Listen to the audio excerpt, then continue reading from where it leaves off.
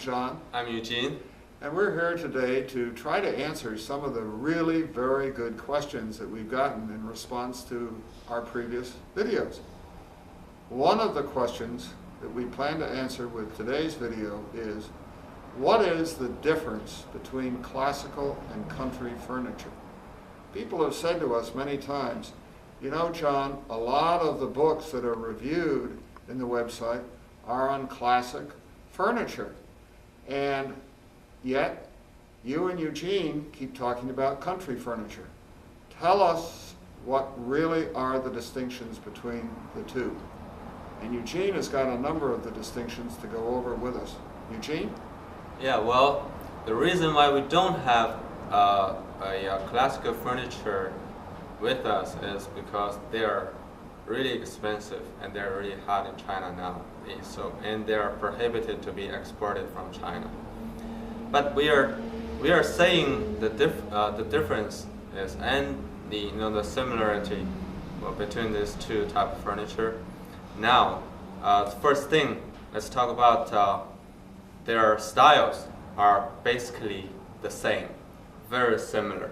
And that means basically that you can have, for example, a pair of lamp hanger chairs that was made in 1920 that's going to look essentially the same as a pair that's made 500 years earlier.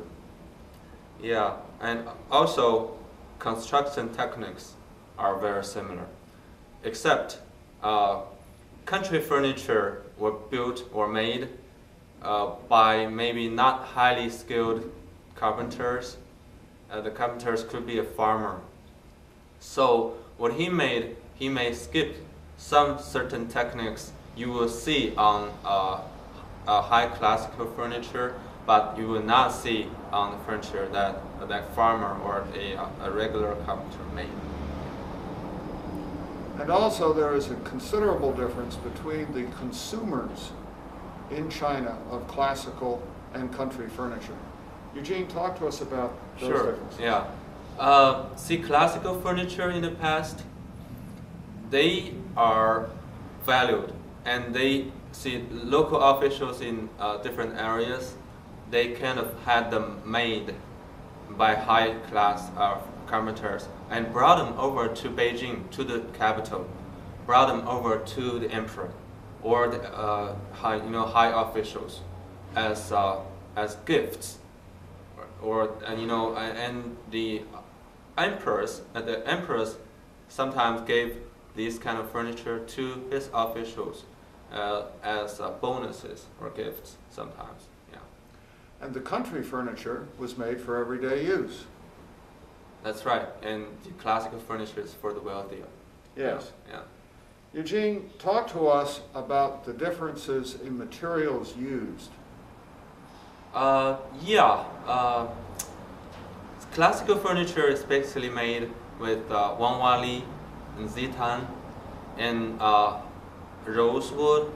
And in Wang Shixiang's book, he considered some ironwood as a jewelwood even as classical furniture, wood as well. And country furniture is basically made out of elm, poplar, cypress, pine, and certain secondary type of wood that they can find all over China. Yeah. And one thing that I would add that is similar between the two is that China is a very large climate, or a very large country with great variations in climate. So they have seasons. It's hot, it's cold, it's dry, it's humid. But on the other hand, historically, they've not had hardwood floors, they've not had central heating. And so the furniture has taken quite a beating over the course of the years. And therefore, it's really, really, really hard to find any furniture, be it classical or be it country, that hasn't had some level of repairs. So, Eugene, would it be accurate as a summary to say that the principal distinctions between classical and country are in the woods used? The very high quality imported Zitan and Wang Wali for classical furniture, and some of the other woods used in classical furniture as well, chicken wing wood, etc., ironwood, and the elm, cypress, poplar used in country furniture. Yeah, I think that's basically it.